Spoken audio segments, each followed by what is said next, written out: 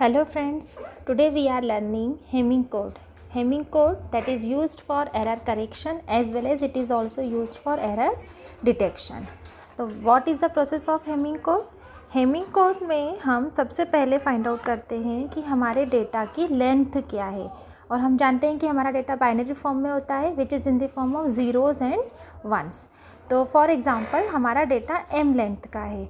तो Hamming code की process में क्या होता है कि सबसे पहले हमें रिडंडेंट बिट फाइंड करना होती है. मीन्स ये कुछ एक्स्ट्रा बिट्स होती हैं जिनको हमारे डेटा के साथ अपेंड करके हम डेटा की लेंथ में कुछ चेंजेस करते हैं और जिनके बिहाफ पे हम पता करते हैं कि हमारी डेटा में क्या एरर है और फिर उसे हम कैसे करेक्ट कर सकते हैं. तो उसके लिए ये टेबल दी गई है. इस टेबल में जैसे आपको बताया गया है कि आपके पास यदि डेटा के बिट्स 1 2 3 4 5 6 7 है. मीन्स डेटा की लेंथ और भी हो सकती हैं. इनको अगर इन लेंथ के आधार पर यदि हमें पता करना है कि what may be the value of r, तो then we use a formula 2 to the power r greater than और equals to m plus r plus 1. यदि इस फॉर्मूले में हम m की जगह पर 1 पुट करते हैं तो हमें r के डिफरेंट वैल्यूज़ पुट करना होती है. सपोज़ करके मतलब हमें r की वैल्यू 1 से स्टार्ट करके डिफरेंट रखना होती हैं और इस कंडीशन को जो सेटिस्फाई कर दे r की वैल्यू वो r की फाइनल वैल्यू होती है. जैसे यदि हमारे पास m की वैल्यू 1 है तो हम r की जगह पर 1 रख कर देखेंगे. यदि हम r की जगह 1 रखते हैं तो हमें वैल्यू मिलती है 2 ग्रेटर देन और इक्वल्स टू 3. हम जानते हैं कि ये कंडीशन फॉल्स है. इसका मतलब जब m की वैल्यू 1 है तो r की वैल्यू 1 नहीं हो सकती. इसी तरीके से यदि हम r की वैल्यू 2 रखते हैं तो 2 रखने पर ये वैल्यू क्या होगी 2 to the power 2 means 4 greater than और इक्वल्स टू 1 प्लस 2 प्लस 1 मतलब 4. तो हमें यहाँ पता चल रहा है कि इसकी वैल्यू क्या हुई 4 इज़ ग्रेटर देन और इक्वल्स टू 4 मतलब कंडीशन ट्रू. तो मतलब यदि m की वैल्यू 1 है तो r की वैल्यू 2 होगी. सिमिलरली यदि m की वैल्यू 2 है तो r की वैल्यू 3 होगी.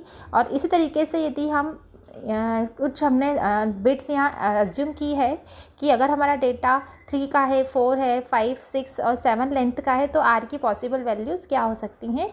और इन्हीं m और r के को ऐड करके हम टोटल बिट्स फाइंड आउट करते हैं कि what is the exact length of our data after using this method. अब इस मेथड में करते क्या है, इस मेथड में सबसे पहले हमें हमारे डेटा को अरेंज करना होता है कुछ बिट्स के आधार पर बिट सीक्वेंस में. जैसे यदि हमारा डेटा 7 बिट का है तो 7 बिट के डेटा में हम यदि 4 बिट अपेंड करते हैं तो डेटा की लेंथ कितनी हो जाएगी हमारी 11 बिट. तो हमें उन 11 बिट्स पोजिशंस को इस तरीके से अरेंज करना होता है.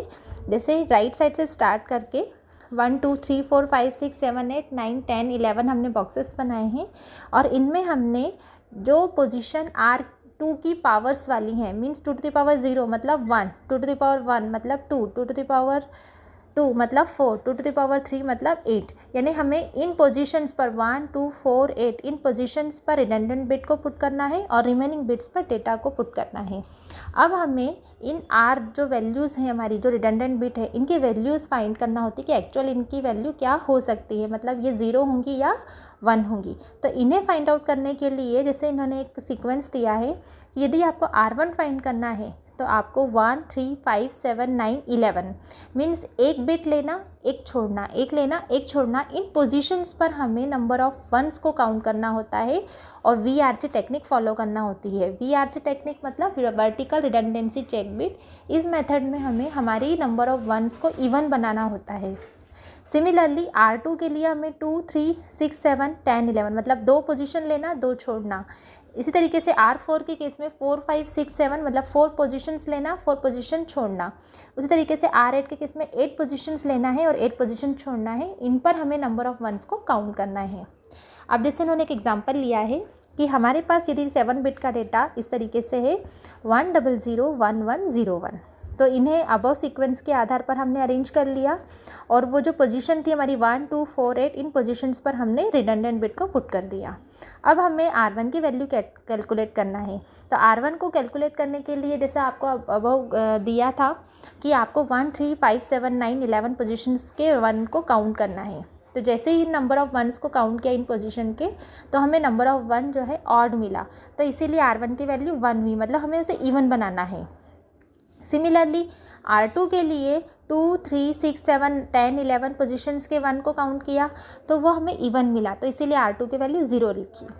इसी तरीके से R4 फाइंड आउट करने के लिए R4 5, 6, 7 पोजीशंस के 1 को काउंट किया तो हमें नंबर ऑफ़ वंस इवन मिला, तो R4 की वैल्यू 0 है।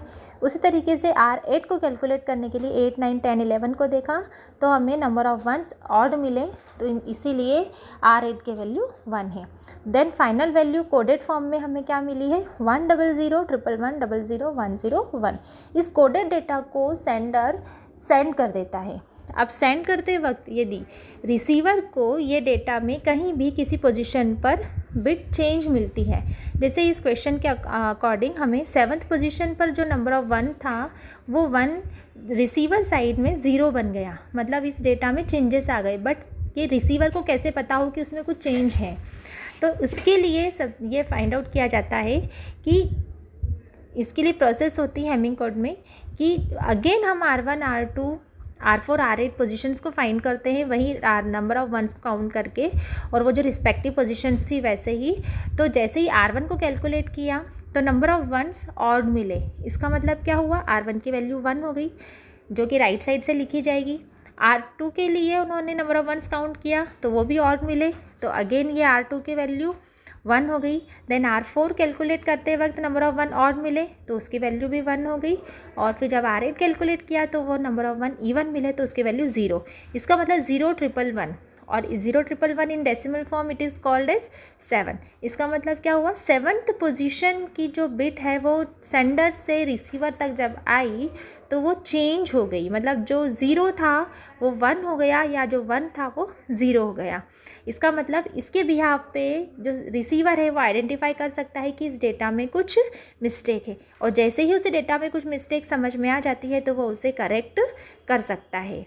यही हेमिंग कोड है जो कि हमें बताता है कि किस पोजीशन पर एरर है और उसे हम कैसे आइडेंटिफाई कर सकते हैं और करेक्ट कर सकते हैं। Okay, thank you.